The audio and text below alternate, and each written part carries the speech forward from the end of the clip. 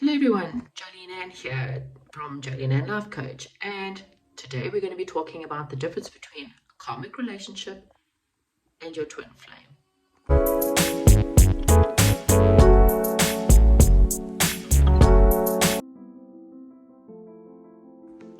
So firstly, the karmic. Okay, so a karmic relationship you can either have before you meet your twin flame or even in between the twin flame journey.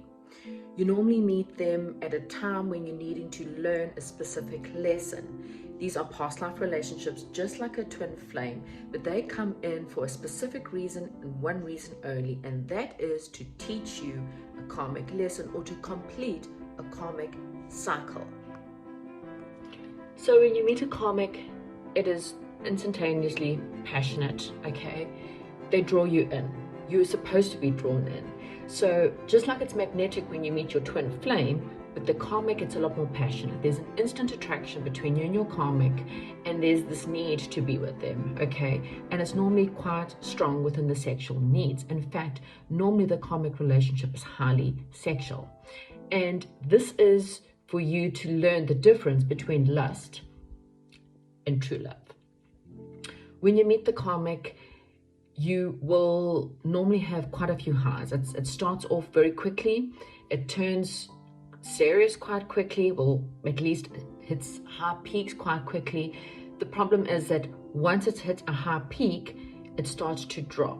And what normally happens is you start to feel this fear starting to come in. And all of a sudden, the drama starts to start. And when the drama hits, you start to each be very badly triggered. Now, the difference between the trigger of a twin flame and a trigger in a karmic, a twin flame's trigger is there to help you become a better person. A trigger in the karmic really elevates the worst parts of you and comes up. You normally then decide, well, I've had enough and I walk out, or you land up in the cycle and you land up in karmic cycles. Now, sometimes you can meet more than one karmic. You go from one karmic cycle to the next karmic cycle with similar patterns, with similar people. All of them generally find a way to bring you down.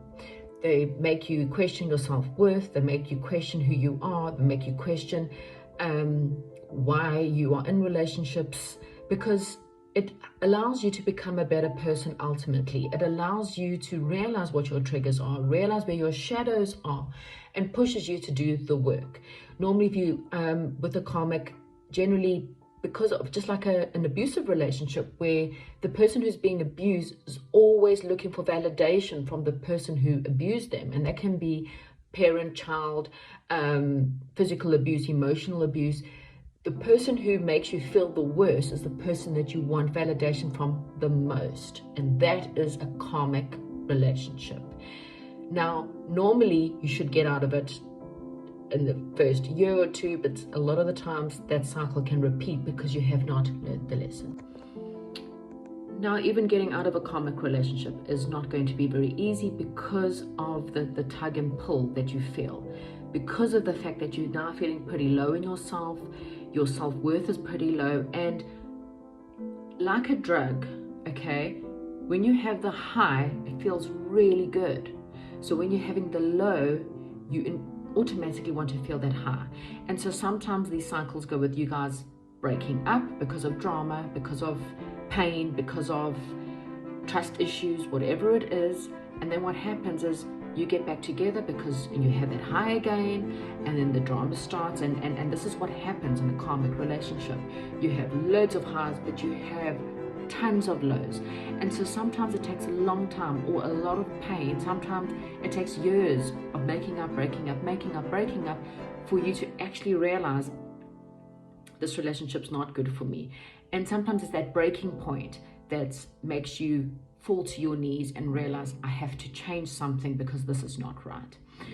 A lot of self-healing has to go into clearing yourself from a karmic relationship.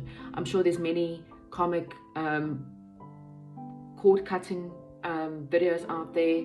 You might need to do a lot of cord cutting, but you need to cord cut from a place of starting with you. You need to bring it all back to you, because you're the one who has to heal. if you leave that relationship unhealed, you're just going to bring in another cycle, and it's a complete cycle that keeps on repeating.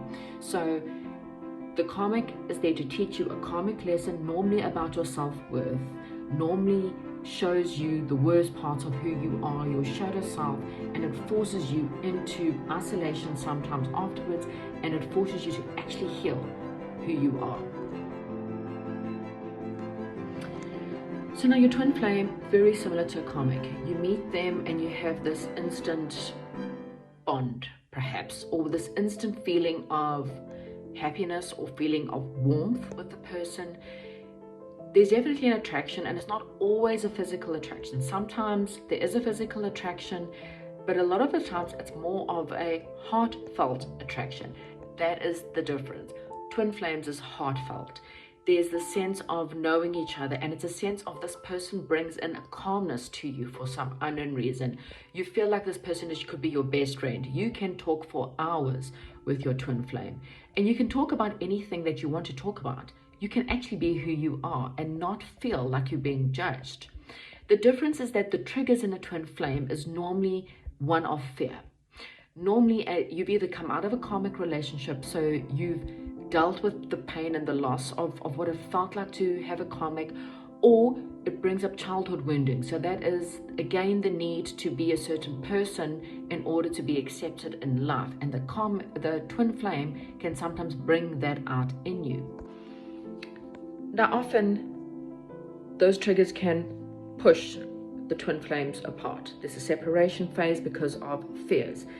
Sometimes there's just this sense of this cannot work. It's not the same as this passionate attraction, or this person's too different from me. It's fears. You know in your heart that it feels right, but everything in your mind is telling you it's not going to work. And so often the separation phase starts, and normally you either have to go and be with a karmic, or you go through some kind of karmic cycle that allows you to understand again who you are. Now, during the separation phase, you will know it's a twin because you constantly have that pull. You will constantly see their name. You will constantly hear songs that remind you about them. You will dream about them, and those dreams are always very good. And normally it's the tugs, it's the cords being pulled from both ends for you guys to reunite. Now, the karmic separation can be an emotional one or a physical one.